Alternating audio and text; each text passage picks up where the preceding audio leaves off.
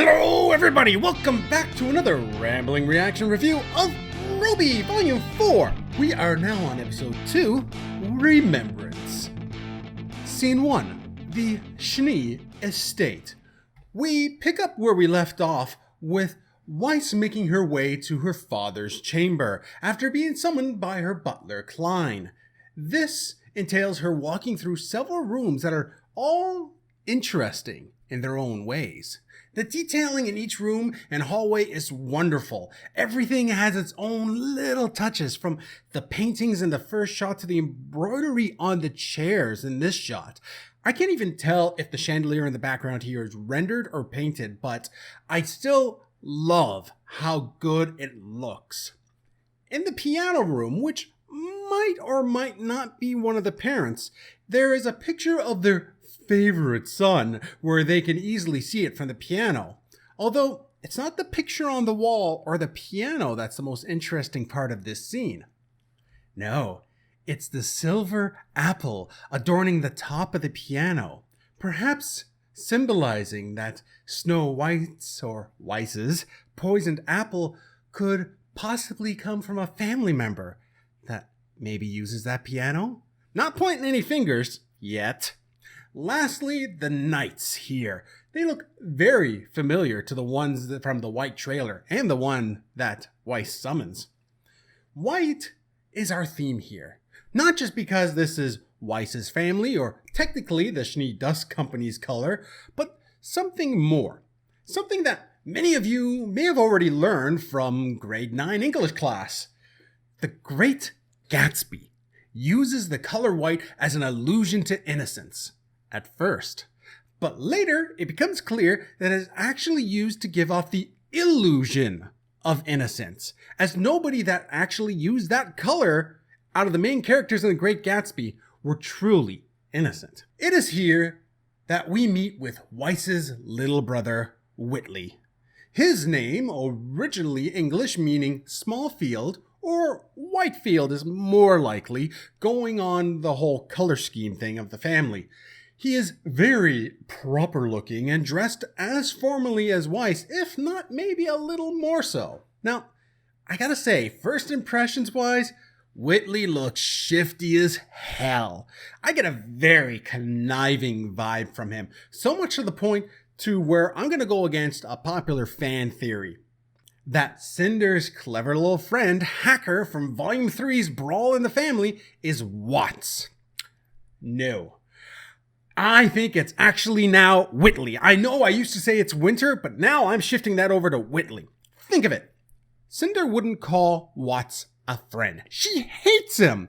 Plus, it's a white W on her scroll in that scene back in Volume 3 when she says the line. Watts with W would be gold or black, much like his personalized clothes or his personalized scroll. He would also make sure that Cinder knew she was in debt to him and rub it all in her face that she couldn't get that info without him. But he didn't say a word about it during the meeting. So that brings us back to Whitley, the youngest child with no semblance or battle skill, but probably access to Atlas security protocols through his family company that works right with the kingdom. So closely that it's probably a hop, skip, and a jump for him to have that sort of hacking software. Not to mention, he could have a grudge towards a sister at a certain school that was being targeted by Cinder. Also, he's kind of short. Trust me, I'm going somewhere with that. He's barely taller than Weiss, making him little in comparison to Cinder, Emerald, and Mercury. Although I'm going to give him a little bit of a benefit of the doubt.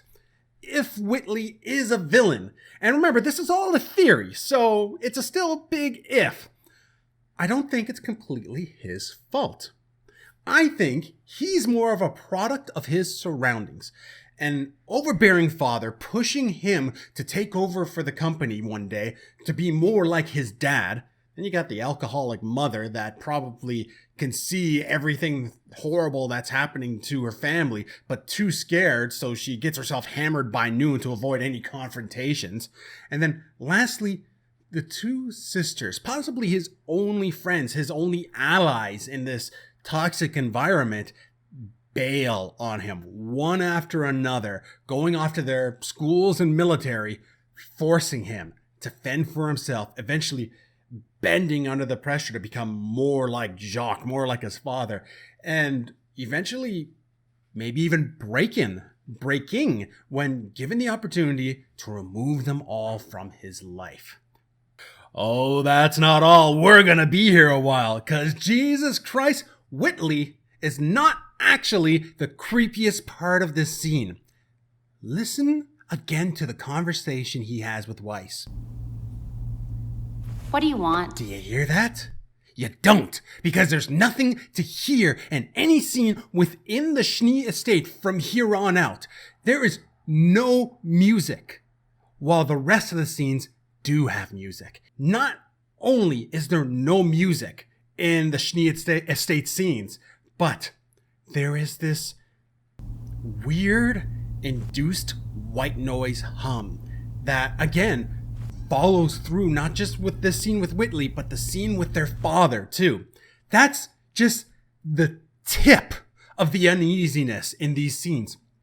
The shots, the framing is all out of the ordinary too, especially the ones with all the parallel lines going down this long hallway.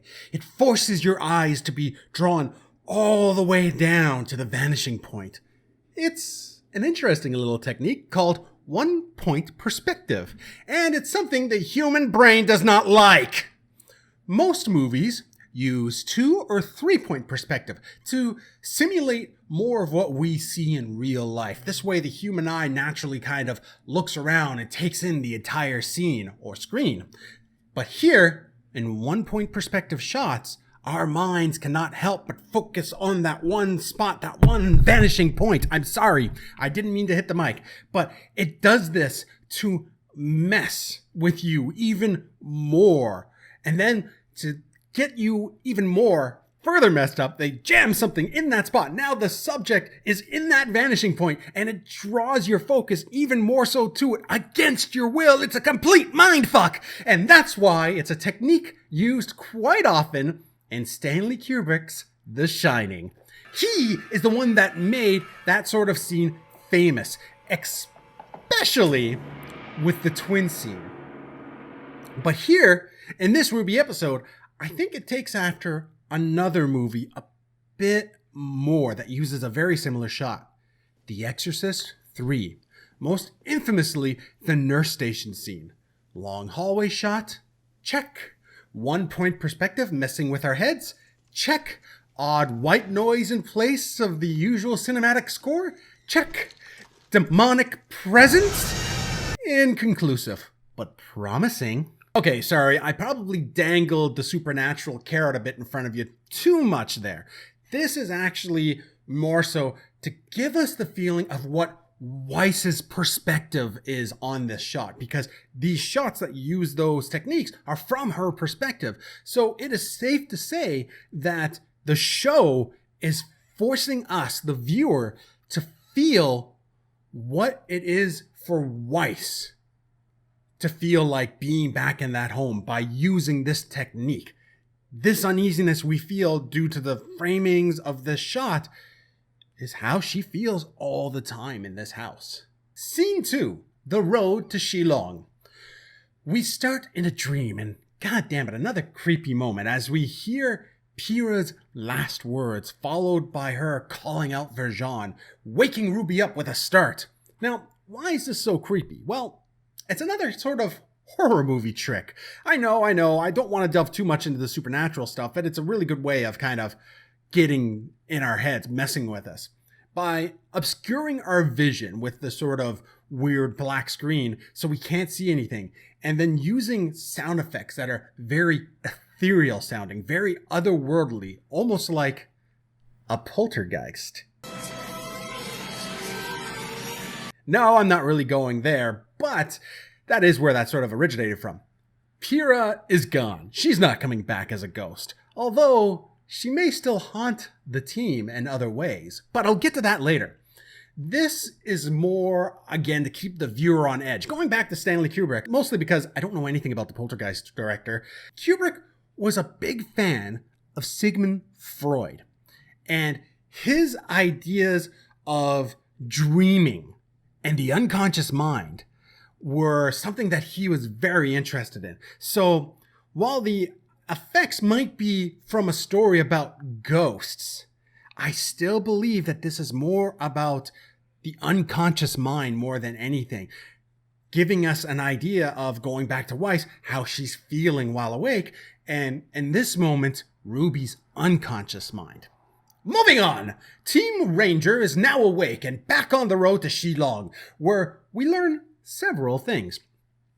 Ruby can't read a map, nor thinks Jean's effeminate side might come from the fact he has 7 sisters, and that Jean has been to Shilong before on a camping trip with his family and knows the area quite well, which might explain his difference in bowing to the rest of his team last episode, seeing as though he might know more of their customs from being there before. Also, when Jean is talking about camping, I can't help but get a vision of David from Camp stuck in my head. I love that show. Okay, it is at this point that we come along Shilong, which has been attacked by bandits, defeating which we can only assume was a fully fledged huntsman. Well, the bandits started the trouble, and it seems the Grimm finished them off. Okay, so, this is probably the most dead people I've seen in an episode of RWBY thus far. By my count, I think that's like 6 dead villagers, and eventually 1 dead huntsman. Out of everyone, Ren seems the most shaken up. Sure, Jean is the most vocal about his feelings, but look at Ren's body language. He turns away from the dying huntsman, looking past him with his hands above his head, as if he's trying to regain his composure. Nora, by her confusion, sounds like she's never really dealt with a dead person before, asking if they should bury the body, but Ren walks past them all, averting his eyes from them and the dead, verbally saying they should go back because it's not safe. But his body language shows he's holding something back. Nora's response to him also shows that this behavior is out of character for Ren. We end the scene with Nora and Ren discovering what seems to be a grim hoofprint on the ground that they both recognize. Overall, a rather bleak and depressing scene that will probably lead to us learning a bit more about Ren and Nora's sordid past.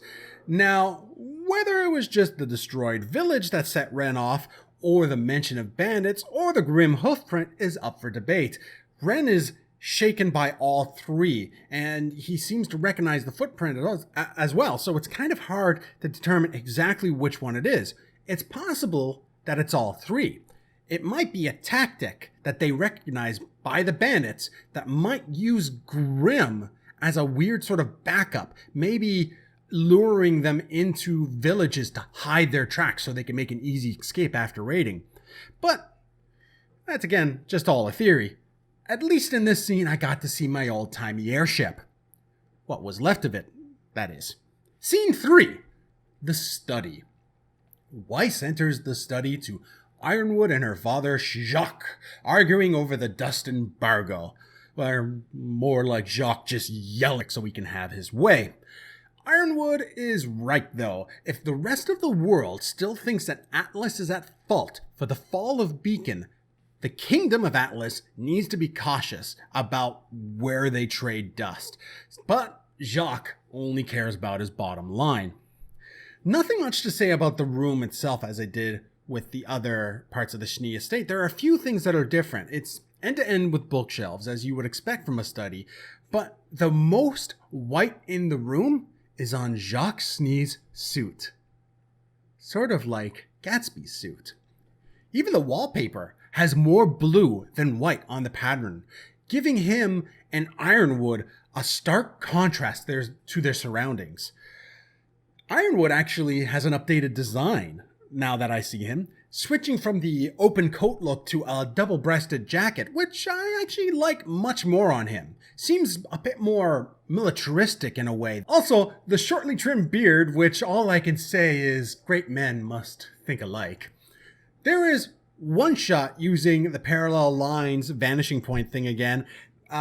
It's not done as drastically as before, but again, I feel this is Weiss's perspective on the room, and it shows us how large and vast it is to her, almost more intimidating it is to her. Through all the yelling, we learn that Ironwood is a longtime friend. Even as he excuses himself away, he says he knows the way, meaning he's visited the Schnee Estate several times before. Now, if you hated Whitley because he was creepy, you'll hate Jacques for being a condescending asshole. Okay, sure.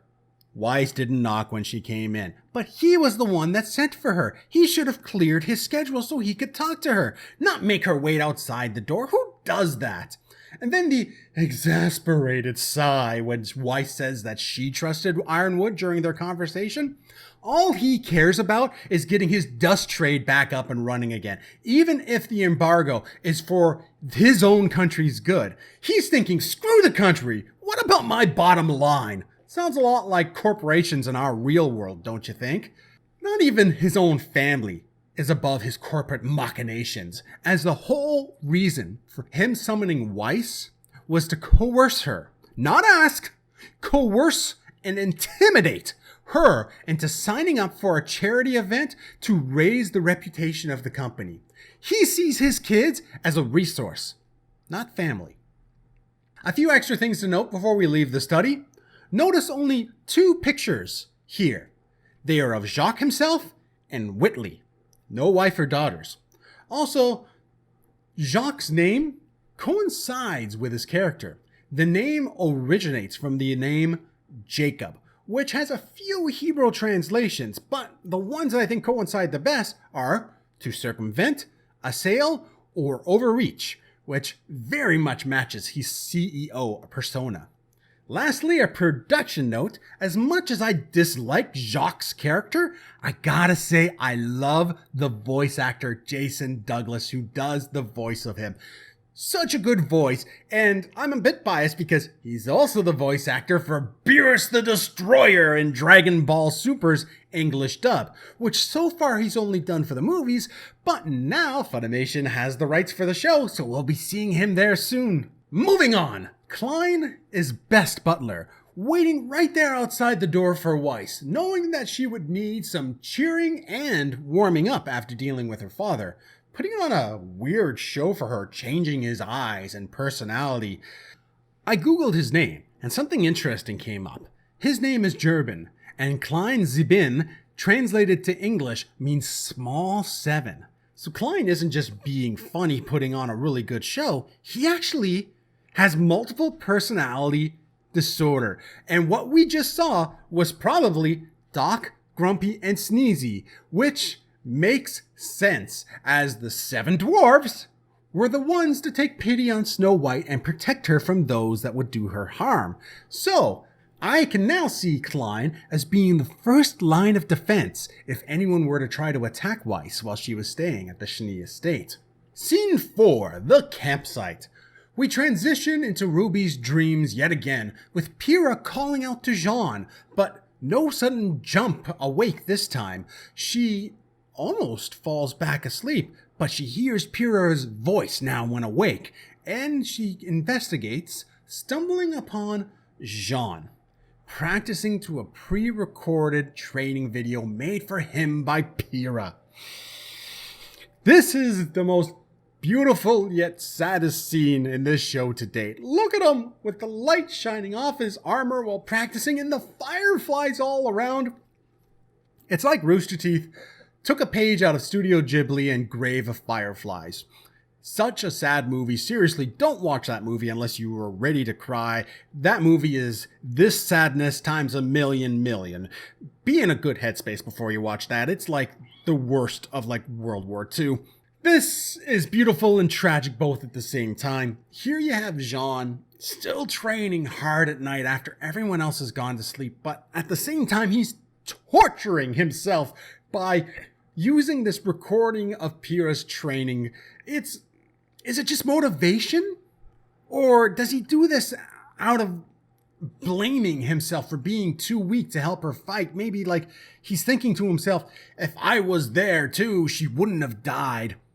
This is what I actually meant earlier by Pyrrha still haunting them. The training is at least paying off. Man, look at that swing. It's like he could cut a Grimm just with the force of the swing alone. So you can tell he's putting his all into this training at the very least. Ruby eventually leaves Jean to his practicing, and I don't blame her. It's probably best just to kind of let him work his way through this in his own way. And with one final swing, we go to black. What a great ending for a great episode. There's no fighting, but there's just so much character development and story development. Although I think the ending was a bit of a diversion to make us think that Ruby's dreams were just her overhearing Jean's recording of Pyrrha. I think Ruby's unconscious will still reveal something to us story-wise, but we'll have to wait till next episode to find out. So, thank you all for watching. If you enjoyed, please like, subscribe, even share with your friends. And until next time, good night, everybody!